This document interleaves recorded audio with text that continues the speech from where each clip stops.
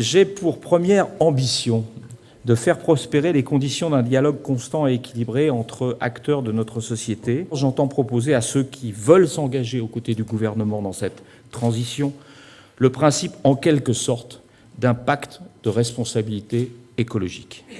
S'il est un chantier qui nécessite cette confiance réciproque et même ce pacte de responsabilité écologique, c'est celui de la modernisation du droit de l'environnement. Préparer lucidement l'avenir, c'est rappeler que les questions environnementales sont aussi, et peut-être même d'abord, des questions, cher Gérard Bapt, de santé publique.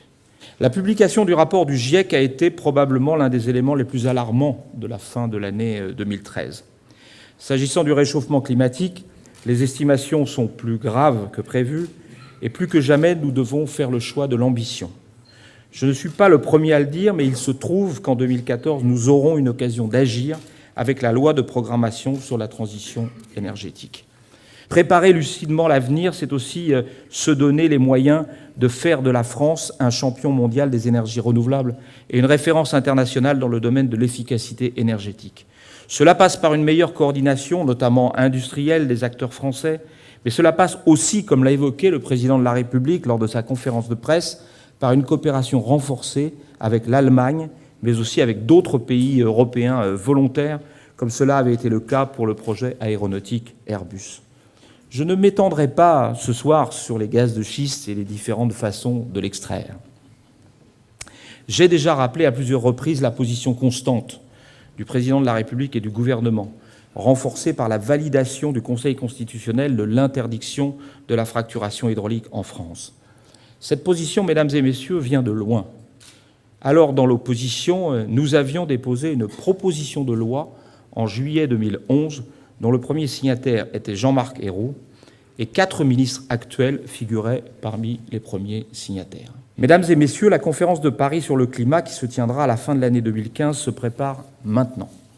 Elle se prépare avec nos amis péruviens qui organiseront à Lima la COP20 au mois de décembre 2014. Elle se prépare ici en France avec l'ensemble des acteurs, qu'ils soient membres du CNTE ou non.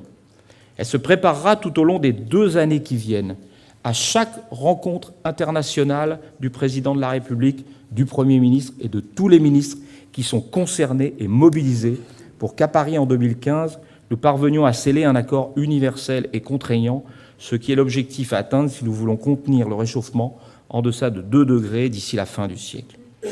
Laurent Fabius et Pascal Canfin et moi-même avons parfaitement conscience des obstacles qui se dresseront sur la route de cet accord, mais notre détermination est totale. Le changement climatique est l'un des aspects de la crise environnementale, mais il n'est pas le seul. La France doit prendre ses responsabilités face à la perte accélérée de la biodiversité au niveau mondial.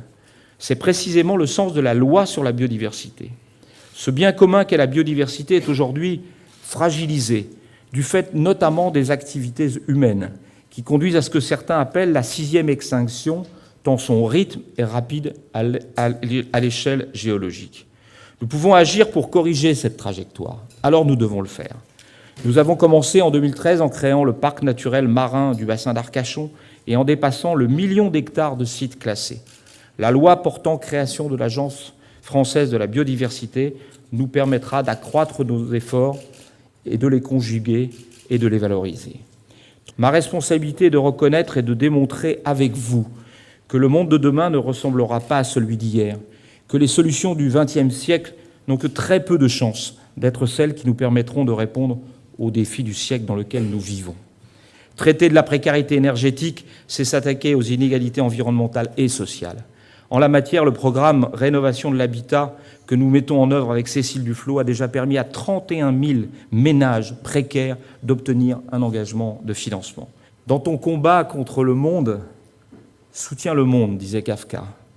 Eh bien, j'ai décidé de soutenir le monde et d'aller à la rencontre de l'avenir, avec l'intention de préserver ce que je suis et les valeurs qui sont les miennes, car notre combat pour l'environnement s'inscrit bel et bien dans la bataille pour un développement juste dans un monde équitable. Oui, décidément, mesdames et messieurs, excellente année à tous.